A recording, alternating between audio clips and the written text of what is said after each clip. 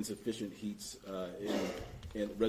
insufficient heat, should I say, in some of those residential units as well, and that's happened much earlier in the season than what we typically see. More importantly, these heating failures create difficulties for people who live in Milwaukee. They create difficulties for our residents here in the city, and many folks are renters at locations all across Milwaukee. Look, the bottom line is this, is that I want everybody in Milwaukee to be safe. I want everybody in our city to have a place that's habitable, a place where they can live with their families and have warmth under the roofs where they live. And what I don't want to see is for folks to resort to using dangerous heating sources, right? Because those things eventually lead to fires. And we don't want to see those things happen in our city.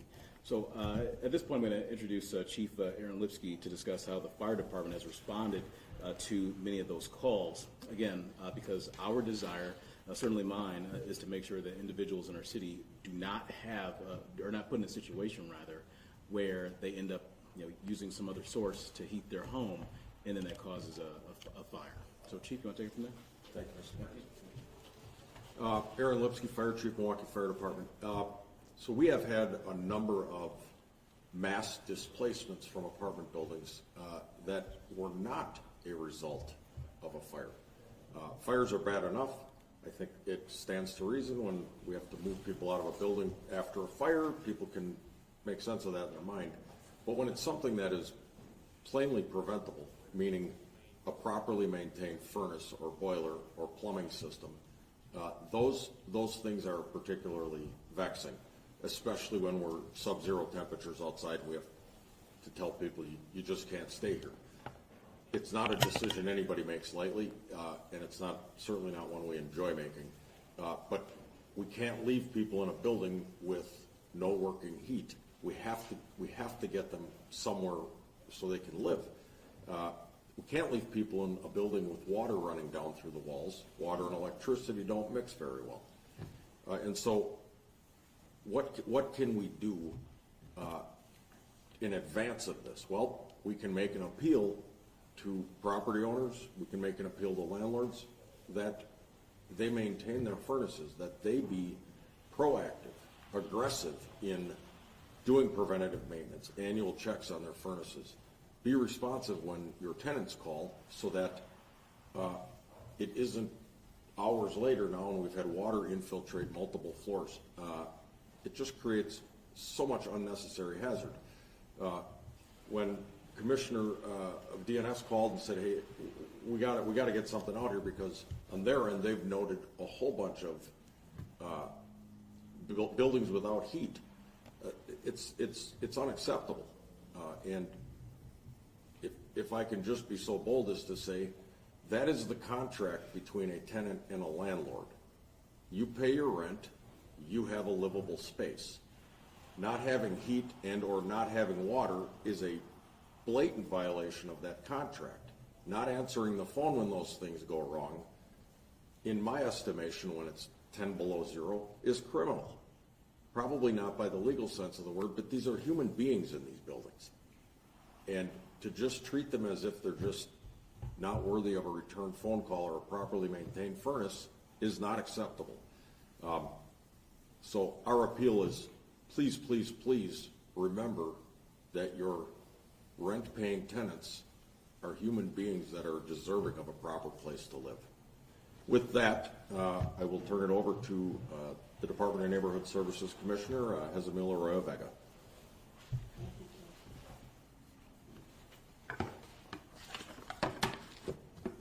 Thank you, Chief Lipski. I also want to thank all Milwaukee firefighters for being such a dedicated partners in our shared mission of maintaining public safety in our city.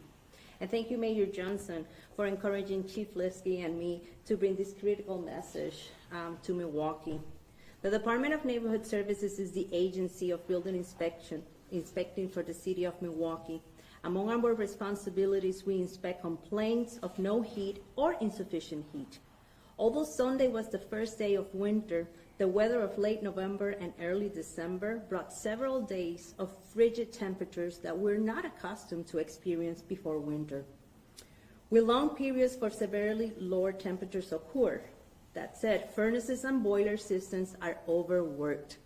The prolonged stress can lead to failure, particularly in older, inefficient systems. Sometimes these repairs are simple, but in other times a replacement is needed. As you can imagine, this extremely cold weather created a huge demand for our inspectors to look at low and insufficient heat cases for rental properties ranging from 1 and 2 family homes to large multi-unit complexes. From November 11 through last Friday, DNS has inspected over 322 cases directly related to insufficient or not heat. More than 200 of these are multi-family buildings. While these numbers are similar to 2024, the big difference is like 2025 early cold put an immediate strain of many heating systems. Sometimes heating mechanics fail without warning. We get that. But in many failures that DNS inspect have seen, the issue could have been prevented by simply regular maintenance. So it is the best to take these prevention steps before the weather turns cold. If you wait until the heating system fails, the hard-working technicians who install and replace furnaces or boilers will already be busy during these periods of time. If you don't remember the last time that you have a professional perform a routine inspection of your system, schedule one as soon as possible, especially when we have milder weathers like what we're going to be enjoying probably in the next few days. Going forward, make an annual inspection and tune up as a part of a routine in your property maintenance. Failure of property maintaining this heating system is inviting danger into the buildings like loss of heat or worst case scenarios, broken water pipes. If you are a tenant and you're listening and you're experiencing insufficient heat or no heat at all, contact your property manager as soon as possible through the resources they have provided you. If you have failed to communicate if the property owner, the property manager have failed to update you within 48 hours, it is time for you to call DNS so we can step up for you. You can call 414-286-CITY. It's 24 hours a day. You can also visit Click for Action website or download the Milwaukee mobile app to submit a complaint. The Department of Neighborhood Services would attempt to notify the owner or the property manager regarding the complaint. Then our inspectors will be visiting the property to verify your complaint. The inspector must be allowed, though, into the unit to conduct the inspection. For a violation to occur, the temperature needs to be below 67 in the living spaces. If a property is managed by the housing authority, the temperatures must be 68 the minimum. Please, if by any chance you have a space heater, prior to our inspections, make sure to turn off that space heater at least an hour before we get there so we can do the proper measurements. It's not going to work if your space heater is there because it's gaining some sort of heat within the unit. So it's very important for us to do that measurement. While the repair orders are in effect, because what we would do is like if by any chance we read that those numbers are not adequate and are not code compliance, we will then be effective in a repair order. The tenant might use a space heater. That said, it is a temporary solution. This is not a permanent solution. If after 48 hours you don't have the adequate heat, we must act immediately. Make sure if by any chance you're using a space heater, follow up the manufacturer's space safety guidelines for the proper use of that space heater. Do not use propane or kerosene heaters indoors as a heat source. Do know that these can generate carbon monoxide and other toxic fumes, as well as a present fire hazard. Aside of the loss of heat, we've been also having a lot of loss of electricity as a result of the cold weather. If it is a result, do know that we will be creating an emergency order, and possible we would have to placard that unit or the building.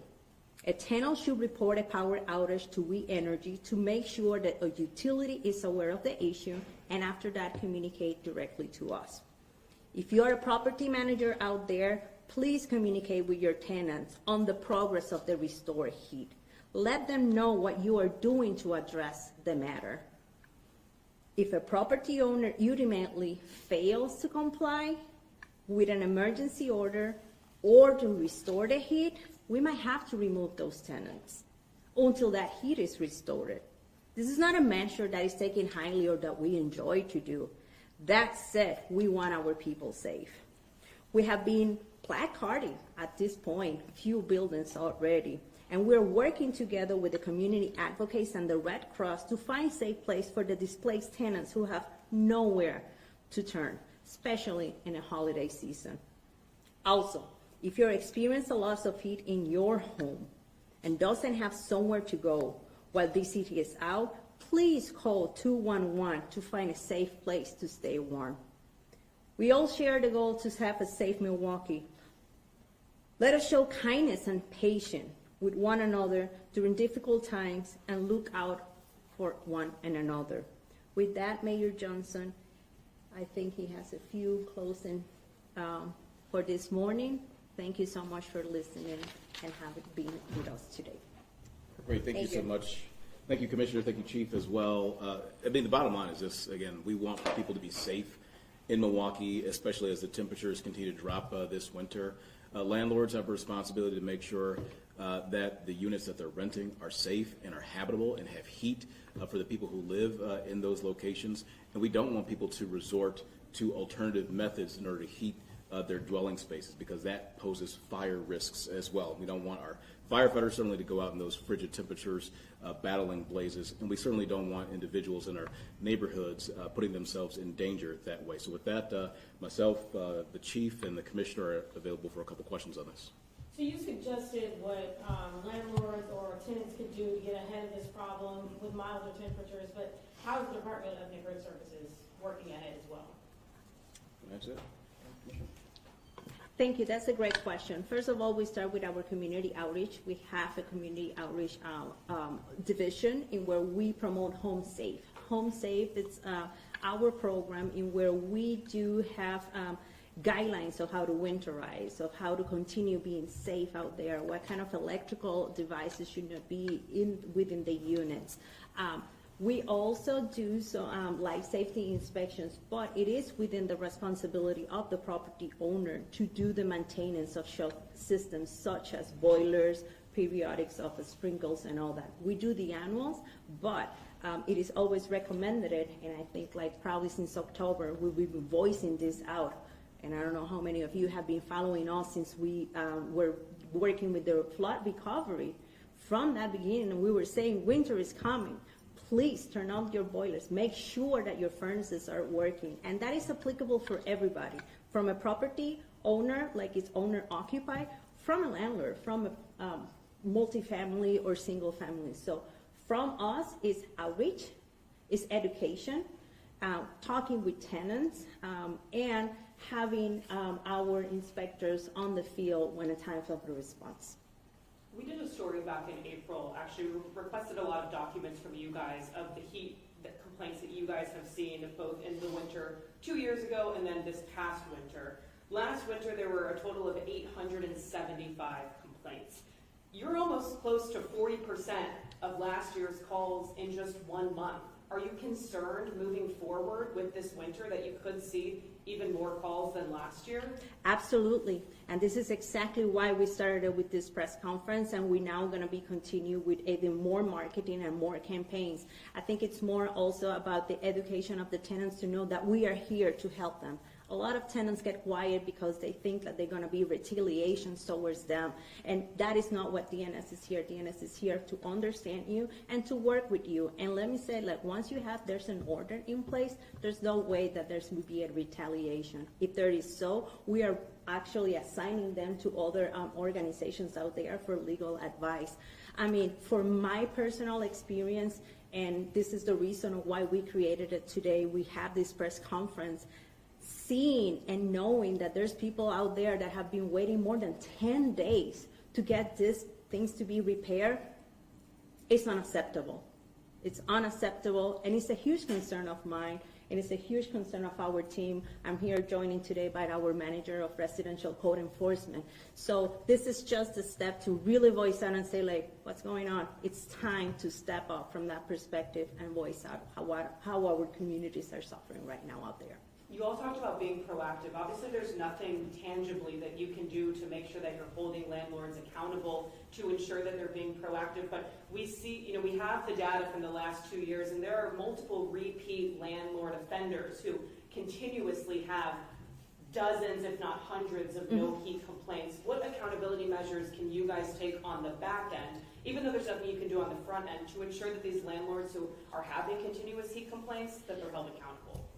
Well, one of the things that we started doing was like meeting or having meetings with landlords and saying exactly that. Hey, this is the data that is showing. Definitely you're going into a path in where you're becoming almost like not a great landlord out there.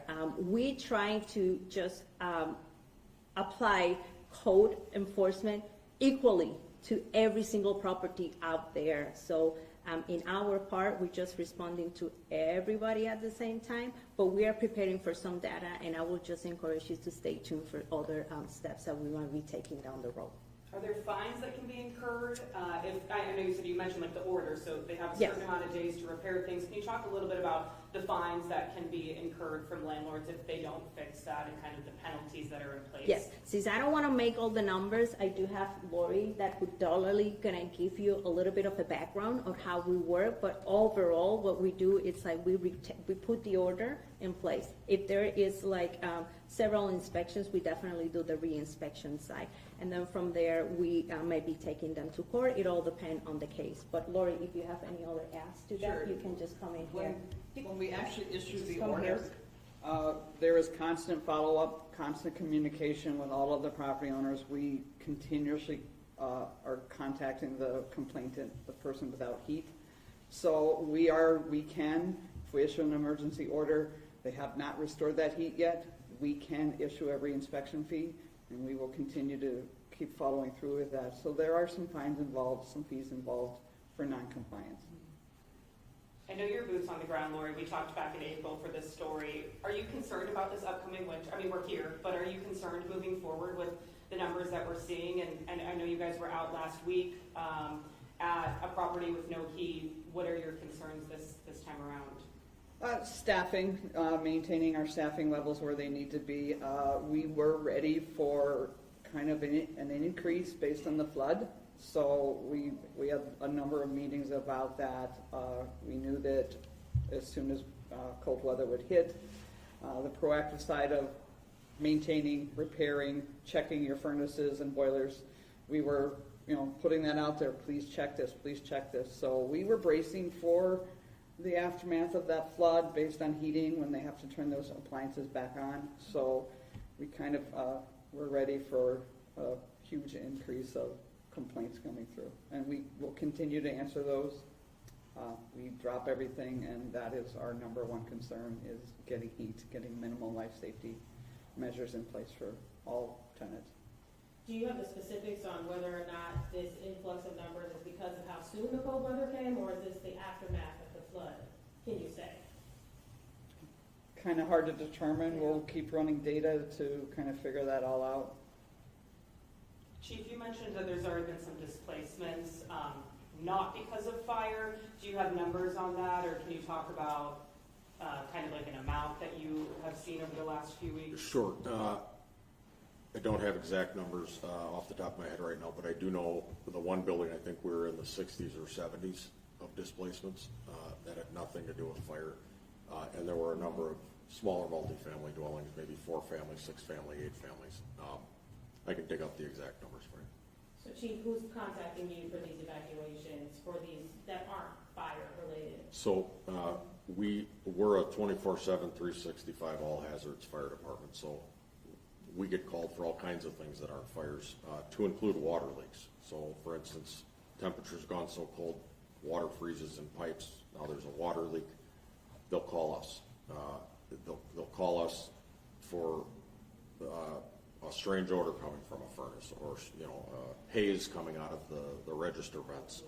They'll call us for a variety of reasons, and when we get there, we determine, okay, obviously we've got broken pipes are frozen and broken pipes. And then we do what we can to stop that. We're not plumbers, right?